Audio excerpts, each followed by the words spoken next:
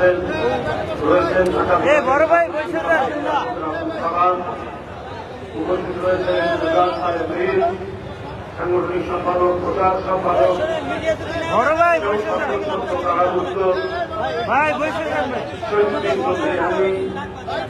আমাদের রয়েছেন ঢাকা কলেজের শুভু, এখানে আরো অনেক যারা গুরুত্বপূর্ণ বক্তব্য রাখতে পারছেন। সবার নাম বলে অনেক সময় চলে যাবে, কারণ ঢাকা মহানগর কর্তৃক সমাবেশটির আয়োজন করছে। এই সমাবেশটি এখানে প্রধান অতিথি বার্ষিকতা বক্তব্য রাখার পরেই তারা একটা মিছিল করবেন।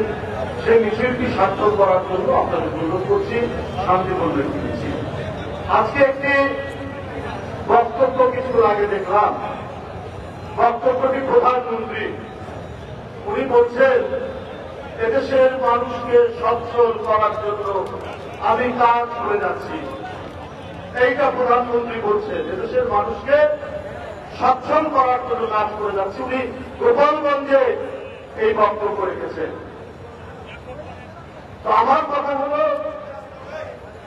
প্রধানমন্ত্রী যে কথাটা বলছে তার সাথে তো বাস্তবের কোনো মিল দেখছি না, বাস্তবের কোনো মিল নেই তার সাথে। আপনি সচ্ছল করতে চাচ্ছেন তো অন্য কাউকে।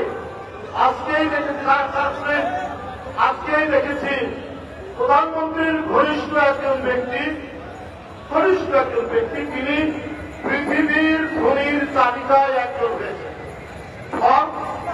বলে একটি পত্রিকা আছে যেখানে ধনীদের তালিকা করে, সেই তালিকায় নাম তার চলে এসছে। এর আগে তার নাম ছিল ধনীদের তালিকা সিঙ্গাপুরে, আগে ছিল আঞ্চলিক, এখন এটি হয়ে গেছে গ্লোবাল, বৈশ্বিক নাম হয়েছে। প্রধানমন্ত্রী আপনি কাদের সচ্ছল করার কথা বলছে?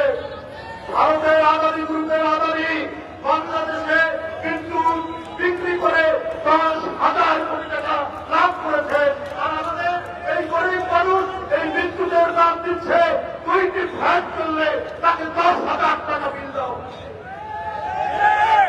যদি একজন মানুষের বাসায় একটা এসি থাকে তাহলে তার বিল আসে 25,000 টাকা, 30,000 টাকা, আর এই টাকা নিয়ে যাচ্ছে ওই আদানি গ্রুপ।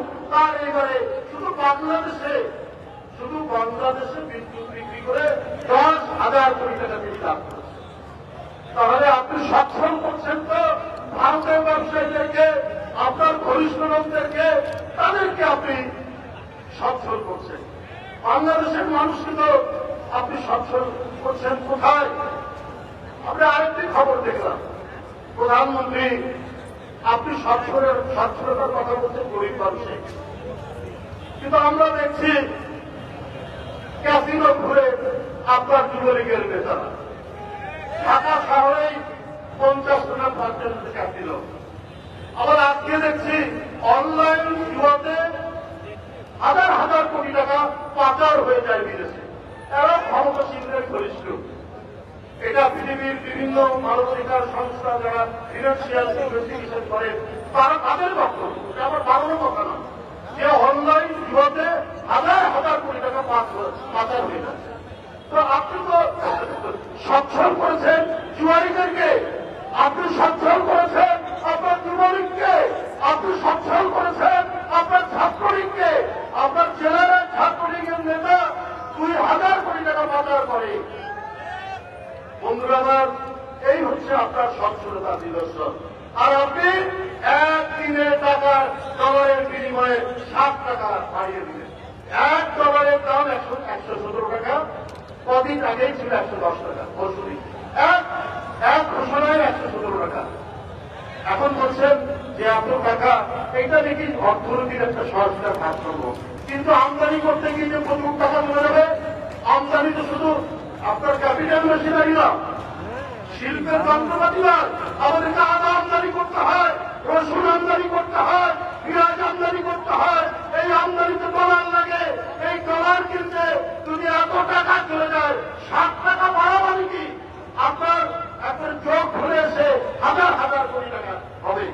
এগুলো আমদানি করতে এই যে এত টাকা যাচ্ছে, ওর ফলাফল তো সাধারণ মানুষ নিত্য প্রয়োজনীয় জিনিস, আদা বলেন, রসুন বলেন, সেটার দাম তো আবার হুড় করে পারবে। আপনি গরিব মানুষকে আরো গরিব করার সক্ষম কি করবেন? ওদেরকে পদাবলিত করছেন আপনি। বন্ধুরা আমার, একটা দামি নির্বাচন হচ্ছে, এই বলেই শেষ করছে। দামি নির্বাচন হচ্ছে, এই নির্বাচনের ব্যাপারে আমাদের কথা বলাটা আমরা এটা বর্জন করছি। এখন ফালতু নির্বাচন জনগণ কেউ যায়নি। বিএনপি যে বর্জন করেছে এইটা জনগণ সমর্থন দিয়েছে। আমি আজকে এই জনসভায় এদেশের মানুষ, কোটি কোটি মানুষকে আন্তরিক শুভেচ্ছা ধন্যবাদ জানাই বিএনপির পক্ষ থেকে।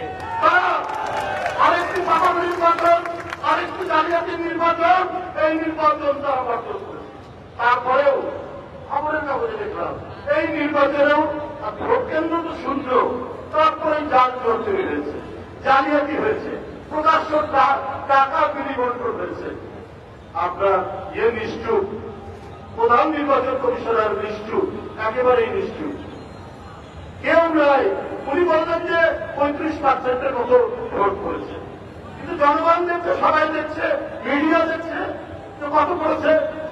এবং আপনার লিডিং যে সমস্ত পত্রিকা তারা বলেছে যে ওই দামি নির্বাচন 7ই জানুয়ারি তার চেয়েও ভোট কম করছে।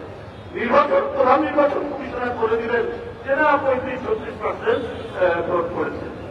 আবার একদিন পরে বলছেন যে ধান কাটা চলছে, তো বড় ধান কাটা চলছে, এই কারণে একটু লোক কম হয়েছে, একটু লোক কম হয়েছে। এটা কিন্তু আবার ভাগ দিয়ে বলে দিয়েছে।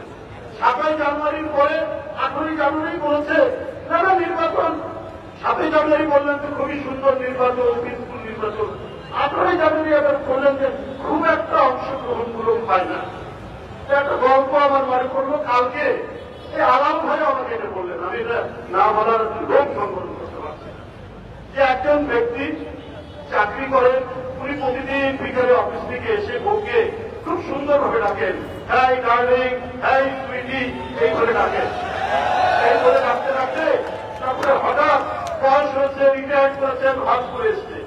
তো হজ করে এসে এখন ওর বউকে আর ডার্লিং সুইটি করে ডাকে না, বলে আপনার মা তুমি কোথায় যাচ্ছো? ওর বউ তো রেগে রেগে একেবারে অস্থির, এসে বলছে যে এতদিন তুমি আমাকে সুইটি, এতদিন তুমি আমাকে ডার্লিং বলে, আজকে আগুনের মা এখানে এভাবে কথা বলছে কেন?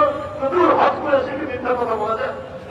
তো আমাদের প্রধান নির্বাচন কমিশনার, আমি জানি না হজ করেছেন কিনা, উনি মাঝে মাঝে একটু সত্যি কথা বলার চেষ্টা করেন। কি কারণে? এটা কি জনগণের ভয়ে না কিসের ভয়ে? একটু ফাঁকে ফুঁকে একটু করে দেন আর কি। যাই হোক, এই ধরনের তামাশা, এই ধরনের জোয়ার চুরি, এই ধরনের লুটপাটের সংস্কৃতি শেখ হাসিনা কায়েম করেছেন। সুতরাং এইটা একটা দেশের জনগণ কখনো মানবে না, মানে না, এটা চলতে পারে না।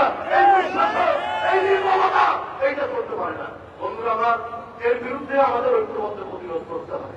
বন্ধুরা আমার, আমি আবার এইখান থেকে নবীউল্লাহ নবী আজকে দক্ষিণ যে প্রতিবাদ সভা করেছে এবং আরো যারা আছে ছাত্রনেতা আদিত্য, এদের তো মুক্তি দাবি করছি। এবং যারা আরো কেন্দ্রীয় নেতৃত্বে আছেন, হাবিবুল নবী খান সোহেল, হাবিবুর রশিদ হাবিব, তারপরে রয়েছেন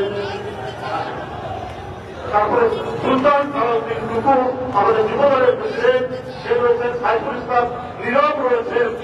এরা আজকে গ্রেফতার কোন কারণ ছাড়াই তাদেরকে গ্রেফতার করা হয়েছে।